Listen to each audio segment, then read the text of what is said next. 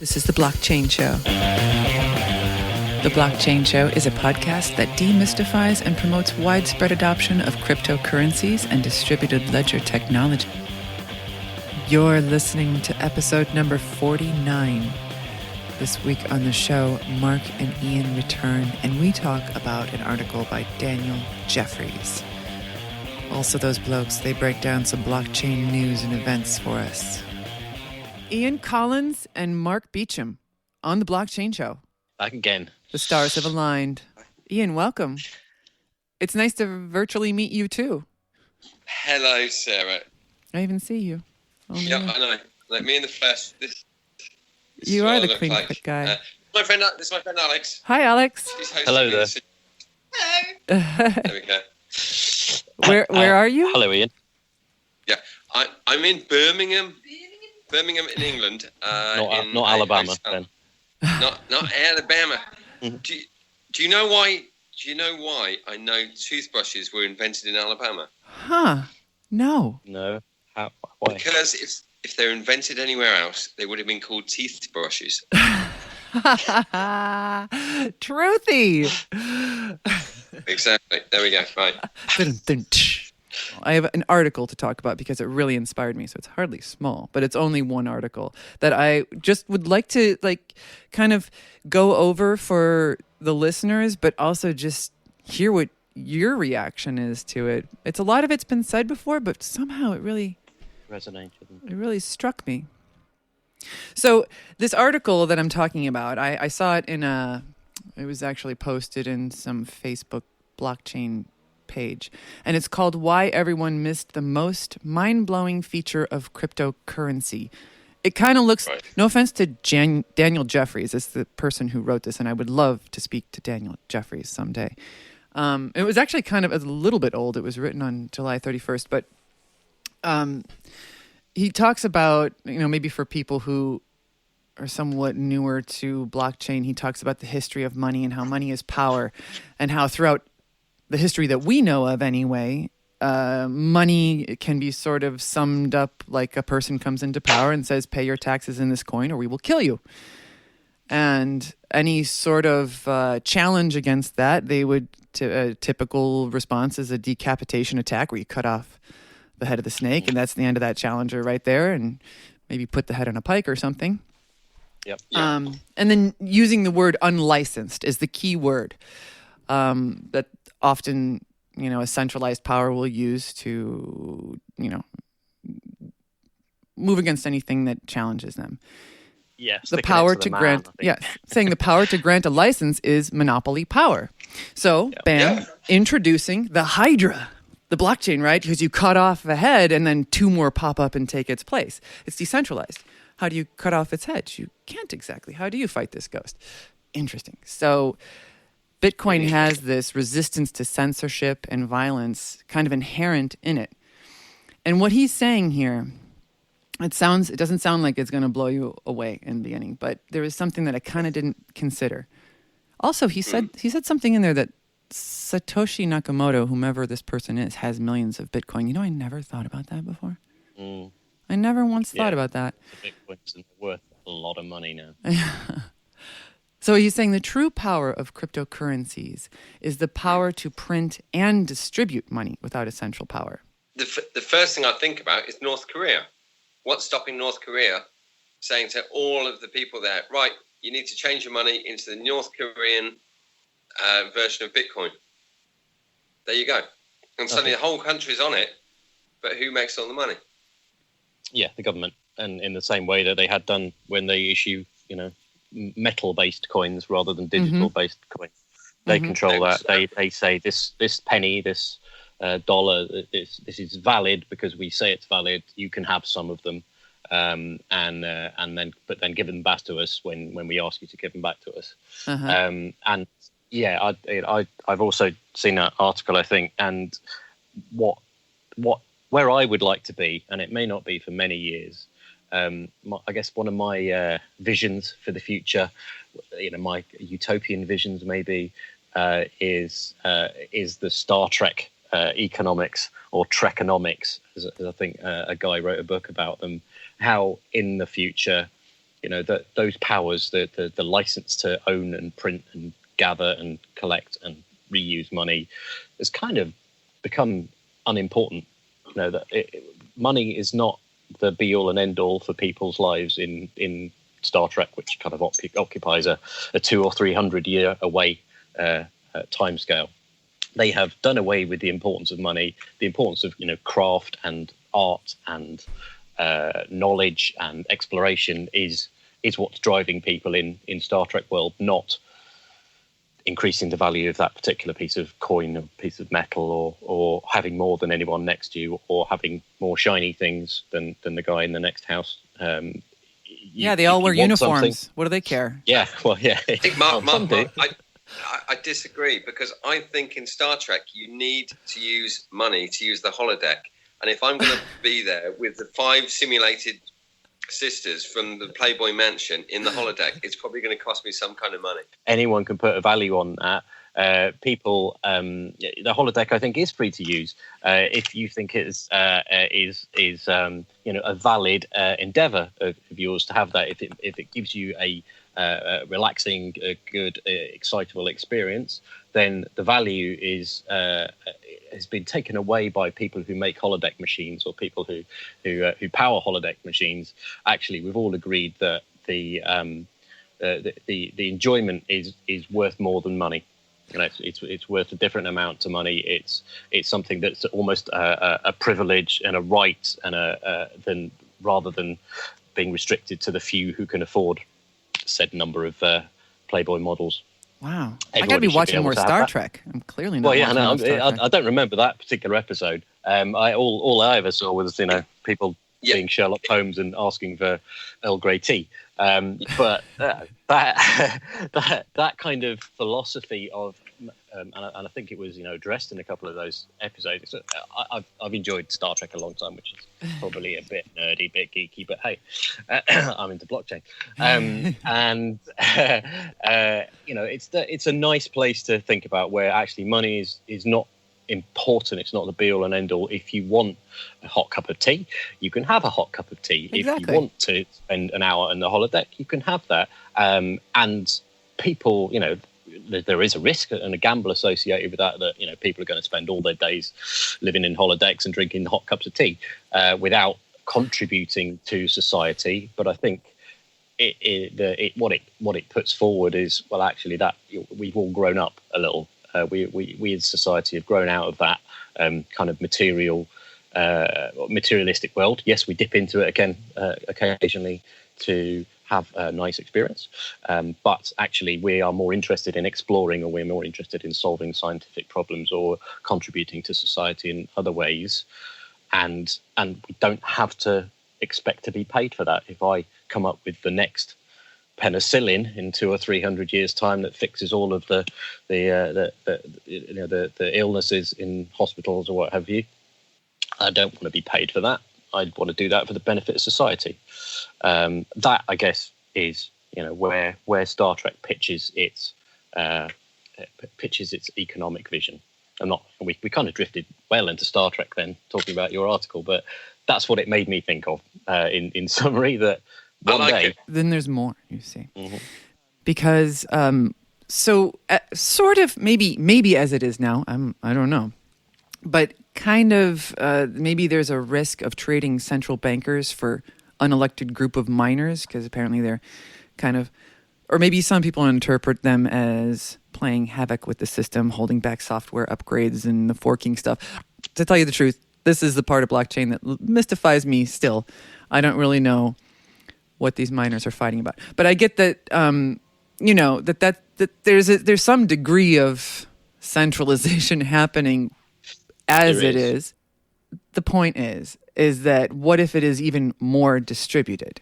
Because once you have distributed money in a game, right? You're playing a game. I never liked Monopoly. I never was. I don't know. I just never played it. But in most games, when you play a game, you begin by distributing things, and then you all sort of see what you can do with what you got is kind of the point of a game, I would imagine. And so, but once you have distributed it, taking it away is not easy or nice or maybe even right. So this person's kind of talking about, okay, well, what if we kind of take it to the next level of not having to take anything away from anyone at all. So that we have this sort of a blockchain system that is really quite like decentralized, meaning that you can be walking down the street and get a little notification that in a certain number of minutes we're going to need you to provide the services. You know, you earn currencies by providing services to the network. So it's like thinking outside of the Satoshi box even more. So you're gamifying the distribution of money, distributing it far and wide at the moment of creation, and then having paid for it. Like, I know that there are many little models like this, and I think people are generally working in that sort of a direction.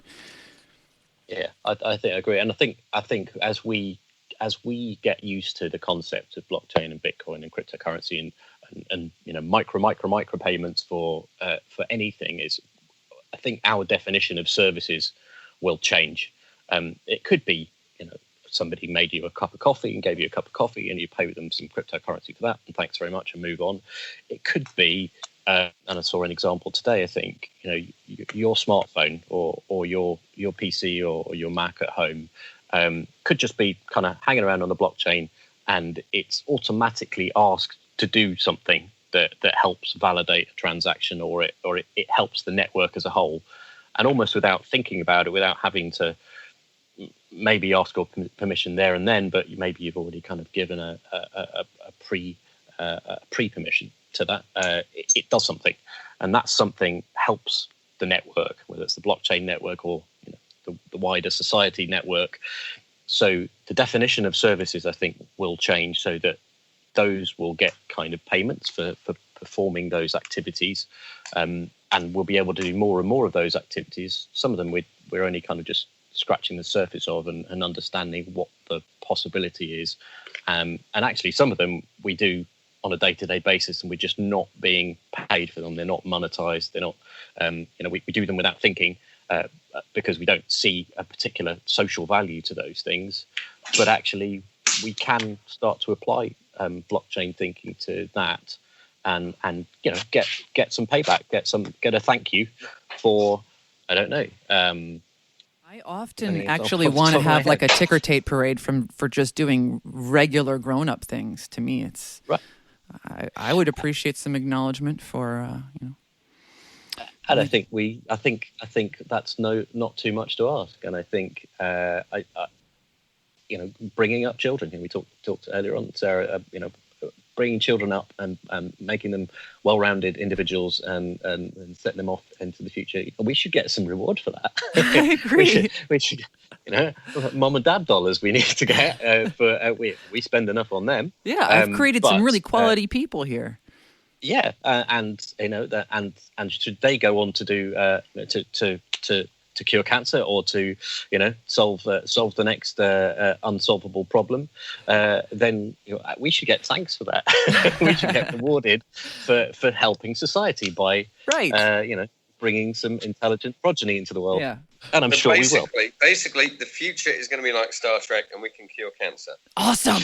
We can just prevent cancer. Yeah, but I like this Star Trek thing because I appreciate the value of, you know, you like, of course, it's like for so long we play this game that we kind of forget that money isn't the object of the game.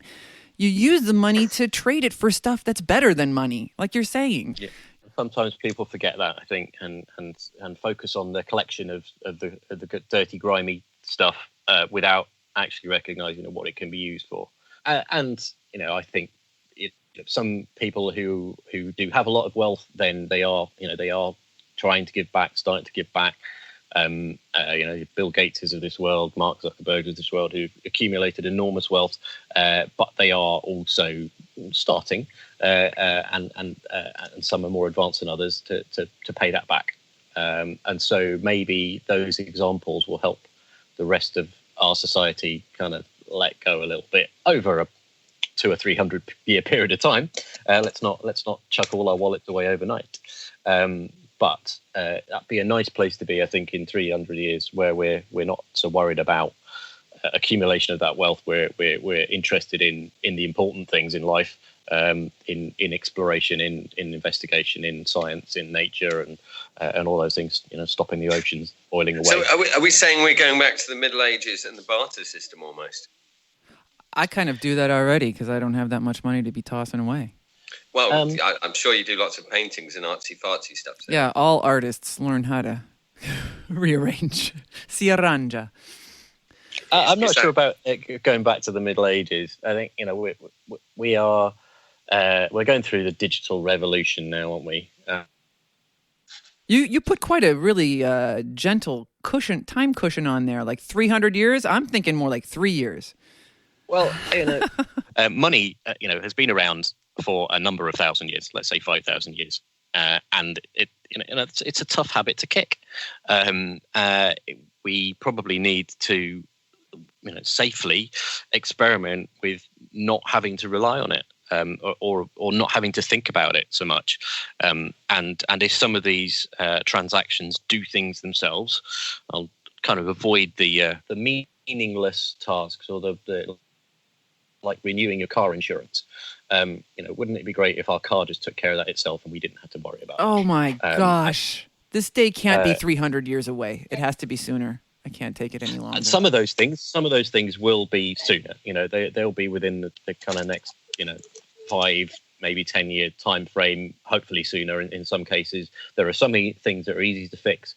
There are some things that are harder to fix. Getting people, and because they change people's lives. You want to put in driverless trucks. Well, what are the truckers going to do? You want to so you have to kind of introduce things like that gradually, I think, so that you don't completely destroy society and have huge upheaval and things. That's very reasonable of you. So I know I'm a generous kind of guy. Yes, but are. Revolutions take a lot of time. The first industrial revolution was something like 80 years. The second, again, another 80 to 100 years. The thing about this guy, though, sorry, not this guy, and I'm sure it's not necessarily him, but this particular element that I think is delightful for what you're talking about. To maybe have a middle ground between your cushion and my cushion, because this is like gamifying, like the idea of gamifying. Like here, I am a person, and I'm not alone in the world. There are people who love the game of Monopoly. They just love it. They love counting their money, and they love organizing it, and they actually take time to balance their checkbooks if there's such a thing anymore. But but I do enjoy games. And it is kind of a game already. It's just a game that I don't like. Yeah. Changing the whole sort of outlook, in my opinion, is a really delightful shift from cutthroat to and at least the universal attempt. Basic income kind of thing. Giving everybody enough for what they need, rather than them happening to be given it by a government or who.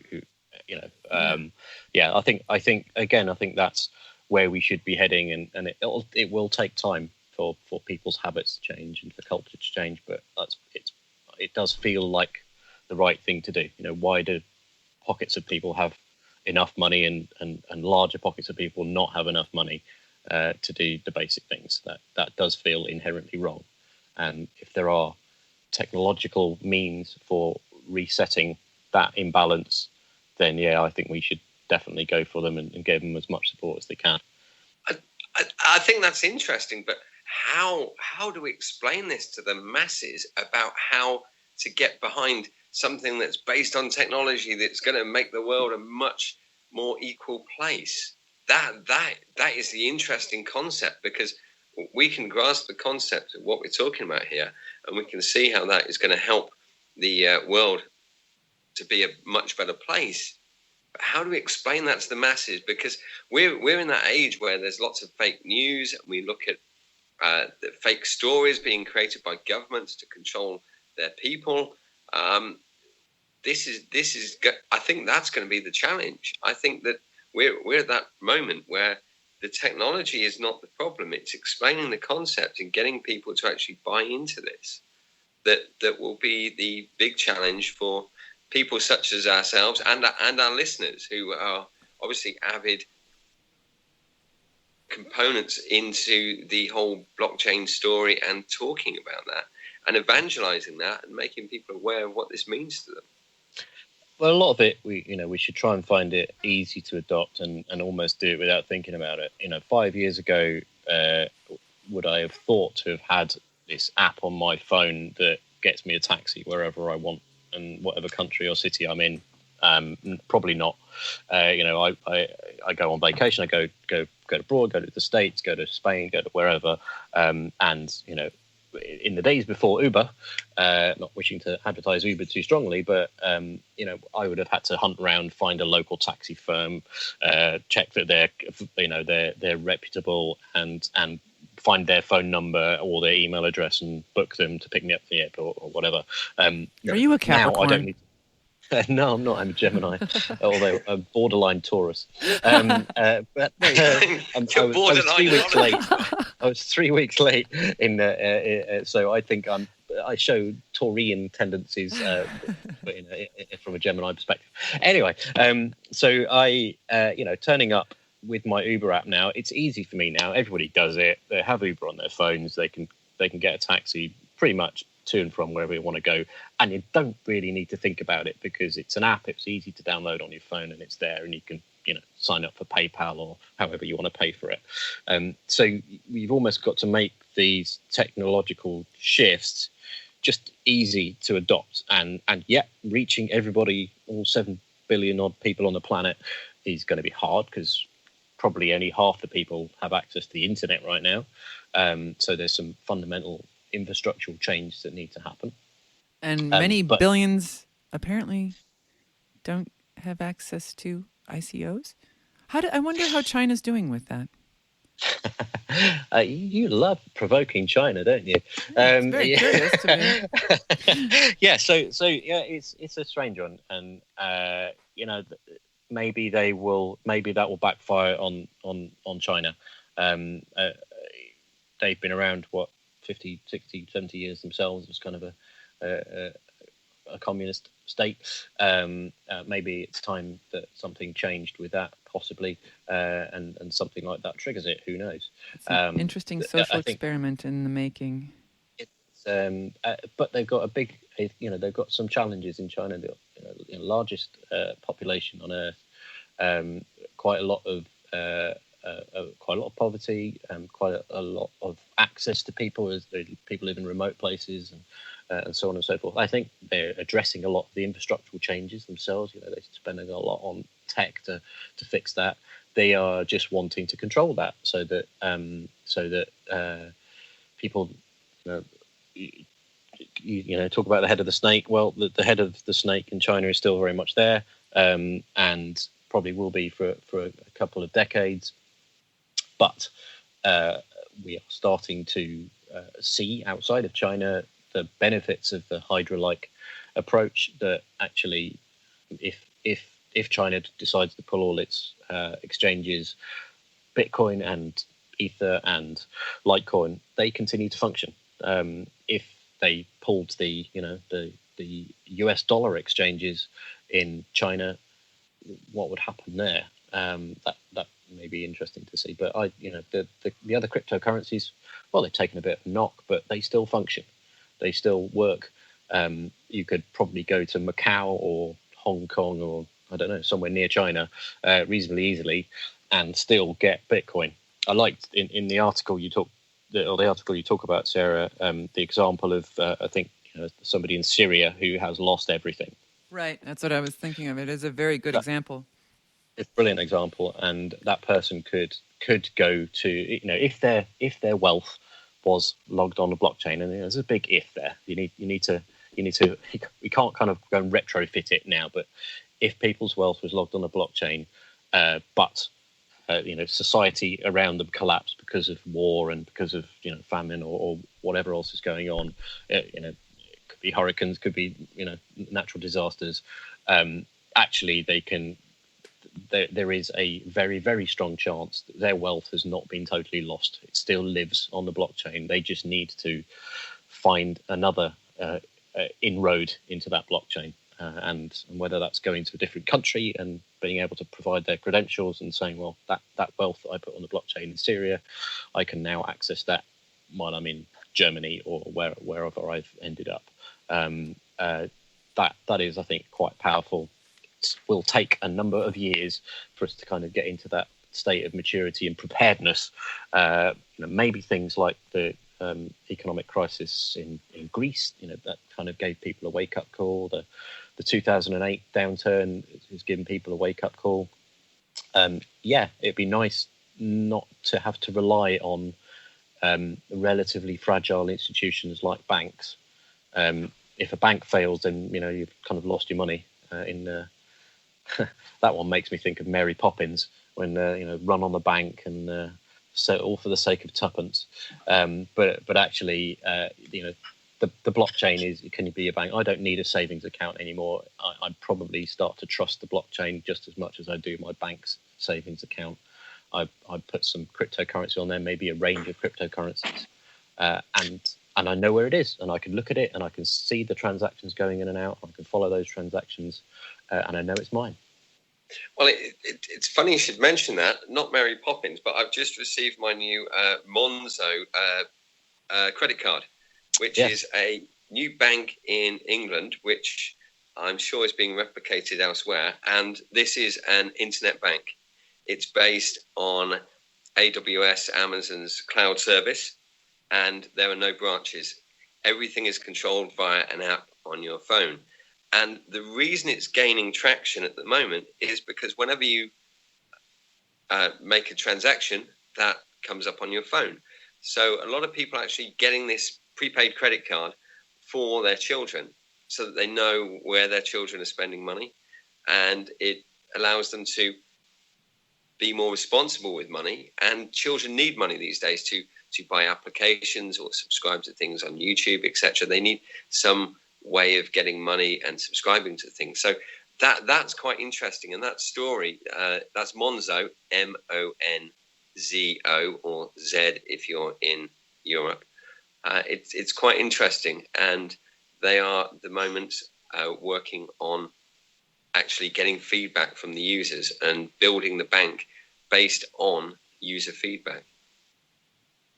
So things are changing out there very quickly. Yeah, and you could, I guess the next evolution of that is, so they've tried to be a bank. I've got a Monzo card as well. I've had it for probably about 6 months, and I use it for my everyday kind of expense spending. So I'll buy for lunch and stuff like that. Buy myself coffee. It's contactless. It's on the cloud. It's it's nice. It's transparent. You can see things happening, as Ian says, on your phone.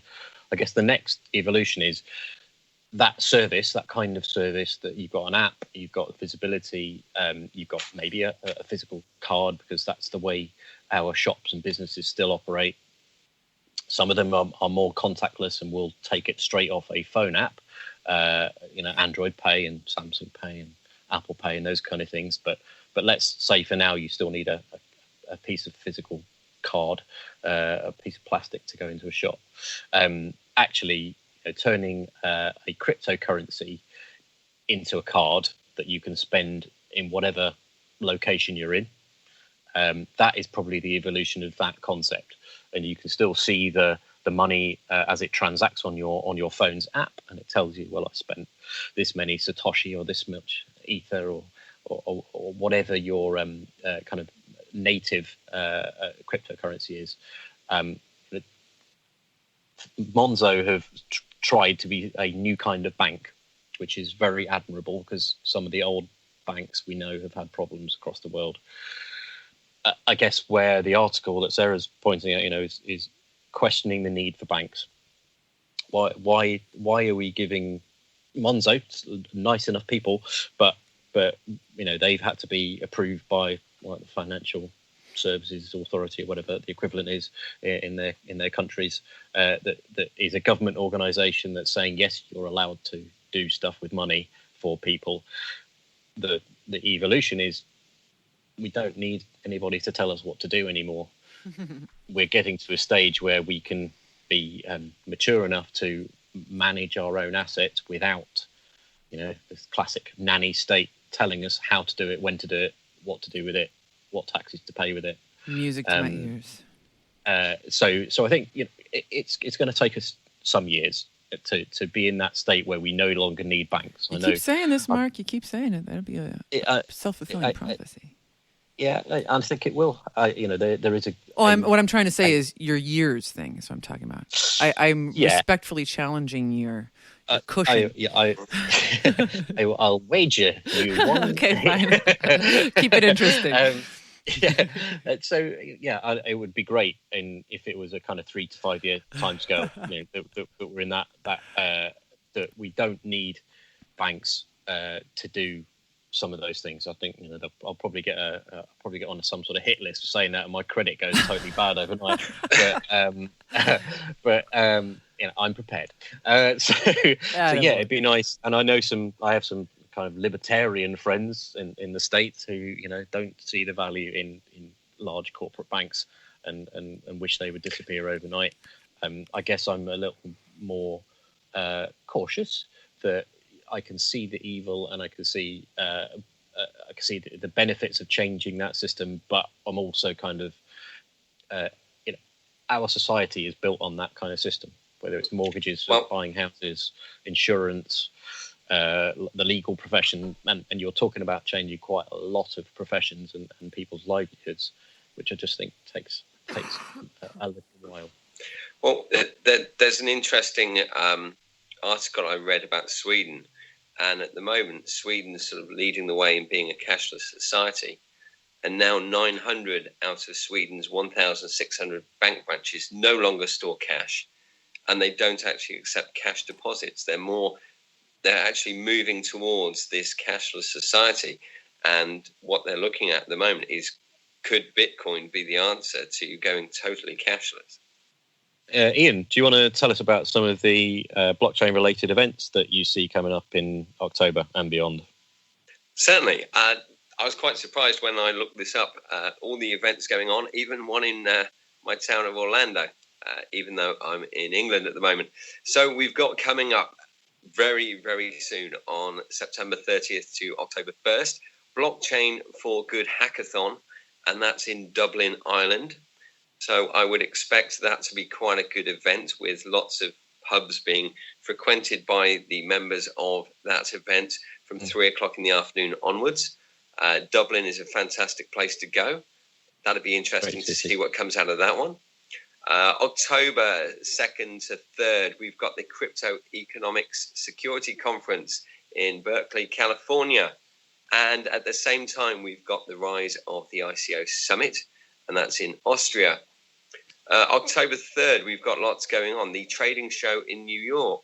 We've also got the Blockchain for Finance Conference in Europe. That's again in Dublin, Ireland. So blockchain is helping the Irish currency and sales of Guinness, which is good. We all love Guinness, I'm sure. October 3rd to 5th, we've got the Blockchain Solutions Forum in Barcelona, Spain. That would be a great one. Lovely architecture, great place to go. October 5th, we've got the Blockchain Summit in London. I know are you going to that one, Mark? So I think there's like 3 to 5 different organisations all launching the Blockchain Summit sometime this autumn in London. I'm going to a couple of them, and I guess it's all indicative that blockchain is going mainstream. So I probably won't go to all of them, but I will certainly go to some of them. Some of them are free. So I would encourage people in London or Europe, if you can get to London easily, to tag along. Picking up on your point about Dublin, I think that's one of the European hubs for blockchain tech. There's a few techies in Dublin. London, I would hope, is another hub for blockchain tech. And come along. I may even bump into you there. Fabulous. I wish I could go, but I'm actually flying out of England then. If I can delay my flight, I will try and do that. Coming up to last few events, we've got on October 6th, the Crypto Friends Net Up in Barcelona, Spain again. So Barcelona also on the Bitcoin side of things. Not sure what Crypto Friends are. It sounds like some sort of children's play set. Not sure. Need to look that up. October 9th to 10th, we've got the Blockchain Academy in Munich, Germany. So that'll be all the people waking up from hangovers from Oktoberfest, which is actually held in September. Go figure.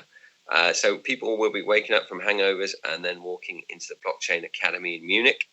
October 10th, we've got Blockchain and Real Estate Conference in New York.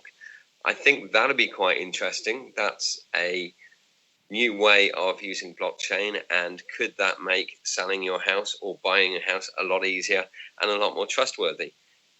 My concern around that would be that would put a lot of people out of their jobs. Also, October 10th, we've got the Blockchain Summit in the Ukraine. October 10th as well, we've got the Business of Blockchain Summit in Atlanta. That should be quite good. And we've got BlockCon 2017. That name makes me think I'd have to dress up as a cartoon character, but I don't think I'd have to. And that's in Santa Monica, California. And then October 11th, we've got the ICO event in London. So that takes us all the way up to October the 11th. So if you are listening to this podcast now and thinking about blockchain and events in your area, perhaps look at the web and also meetup groups and see who you can find locally to speak to and socialize with, to talk about the blockchain, what it means to you, and we will put a couple of these links on the website and on the podcast notes so that you can find out a bit more about them and go and browse the websites yourselves. But yeah, I think it's indicative. Again, blockchain is becoming mainstream. There's a lot of noise about it. There's a lot of talk about blockchain and business, which is indicative that people within the business are starting to wake up to it. It's not just techies and geeks like me and Ian. It's starting to cause noise and in amongst regular people. So yeah, come along to one of these shows. You'll learn something. I will learn something, and yeah, maybe we'll bump into each other and get a Bitcoin paid for coffee or something like that. And if you don't go to a show, Mark, will you tell our listeners what you find out again and keep us informed? Yeah, I'd love to. Last week, as some of you may know, I went to another blockchain summit, Blockchain Live, in London, and heard about the zero knowledge proofs. And I'm not going to bother talking through it because it's far too complicated to talk about. It's much easier to look at some pictures and some diagrams. So again, I'll probably share some links on the podcast notes for that talks about zero knowledge proofs, talks about ring signatures and other means of providing privacy and integrity on blockchain transactions and cryptocurrency transactions. All stuff that make cryptocurrencies more reliable, more private, more secure. So you may not even need to know about it because it will become the norm. But if you do want to know about it, we'll provide you some links. Fantastic. Okay, that's events coming up. So, Mark, what's in the news? Using events as a seamless link, there is an event a bit further in the future, and I'll use this as a news item rather than a particular event. But there is another blockchain summit in London at the end of November, which I will be going to. But they are holding a Blockchain's Got Talent competition as part of that, and I believe the deal is you pitch a blockchain related solution to an insurance problem. And if you win it, you win yourself 10,000 UK pounds. So you need to get your competition entries in for the 21st of November, and then the Blockchain Summit is on the 28th of November. So if you're in London and or around and or in Europe and have got a great idea to fix some insurance-based problems, maybe you'll have a go at that, and maybe you'll win yourself some fiat money that you'll immediately transfer into cryptocurrency. That gives me an idea, Mark. I think we should start up Blockchain X Factor. Call me stupid, but I think that's the next thing that will happen. Yeah. If we've got Blockchain's Got Talent, perhaps the X Factor is the next one. With New Kids on the Blockchain as the winning act. Then that could be the one. There we go. Also in the news, so Forbes.com, some of you may be aware of, it's a good site for news, certainly business-related news. I think in August they launched a dedicated section called The Ledger, and that's focusing on blockchain and cryptocurrency on distributed ledger technology. So good place to go for blockchain-related articles. Look on Forbes.com and look for The Ledger section. Ian, you mentioned to me a couple of days ago about the blockchain phone. Yes, the idea is that the blockchain phone is going to be launched round about $1,000, and it's somewhere to store your wallet. So your phone will become your wallet, which of course Android and Apple have been doing for a while, but now the idea is that they're going to launch a phone out there that you can buy, and that will be able to store your wallet securely for all of your cryptocurrency, which sounds quite good, and it sounds like the way forward. Instead of restricting yourself to your Apple or Android wallet, you've now got something which is totally flexible that you can carry around with you, and depending on security, I'm sure it's going to be quite a good way to actually do things. And as you were talking about earlier, Mark, these are the progressive steps towards the global currency and the flexibility that these cryptocurrencies allow you to have. Yeah, I guess it's making life easier, making it easier to adopt these things. Hardware wallets are great things, really secure things for keeping your cryptocurrency safe. They are relatively in their infancy. So I've got a Ledger wallet, Ledger Nano S. I think it can only deal with something like 4 cryptocurrencies at any one time. Which is fine. I've only got 5, I think. That's fine for me. But pretty soon, if I wanted to add another one, if I wanted to add some tokens or coins, then I might have to find a different solution, buy another wallet or something like that. I'm guessing once putting that kind of hardware wallet technology into a phone should make it more expandable, should mean I can manage more than 4 currencies at once, and make it, as you say, in part of my day-to-day life, rather than carrying around a USB kind of token that I then have to plug into something to access. Actually, it's part of my phone, which I keep close to my chest. I know where it is most of the time. I know it's fairly secure because I've got a fingerprint or a PIN code that I enter into it. And so it's making more blockchain and cryptocurrency tech more accessible to the masses. Yeah, masses at $1,000 a pop, maybe not, but we've got to start somewhere. That's an interesting one for me. Keep an eye on that one. Yes, something else in the news. My friend Ruben Cohen told me about, who's a great IT evangelist, is Coin Launch.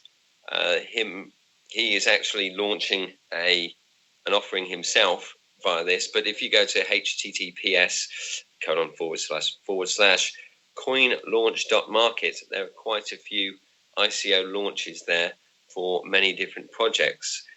He's actually launching a hotel. So have a look at that. That's quite interesting, and it gives you an idea for what people are actually doing there and what people are thinking about small projects to actually launch their own cryptocurrency offerings. So that's a good site. I had a look through that this week, and yes, some people have got some good imagination and good ideas there. So it's almost like Kickstarter for cryptocurrency. Cool. Something we've also talked about between you and I. I think we would welcome feedback and we would welcome questions.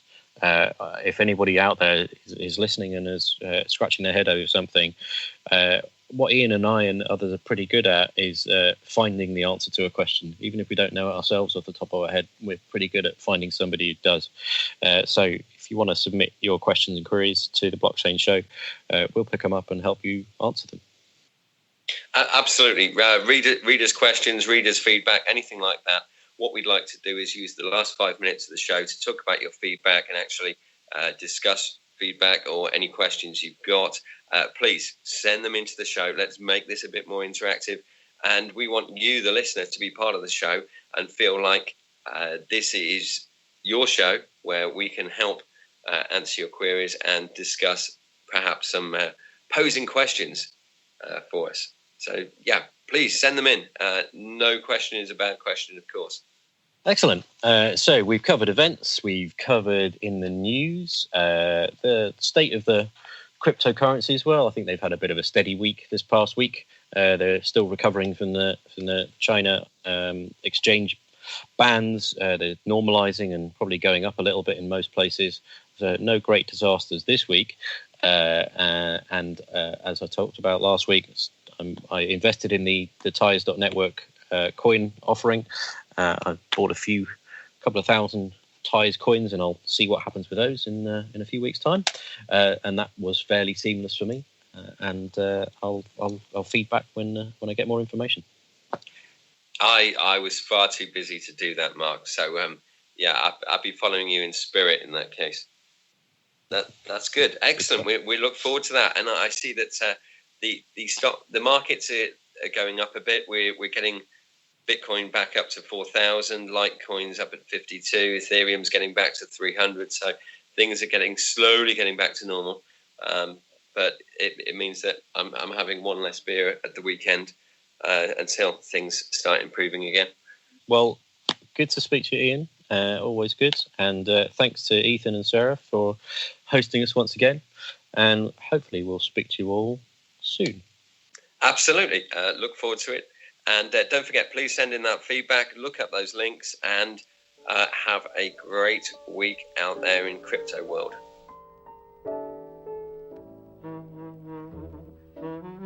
As always, thank you for listening.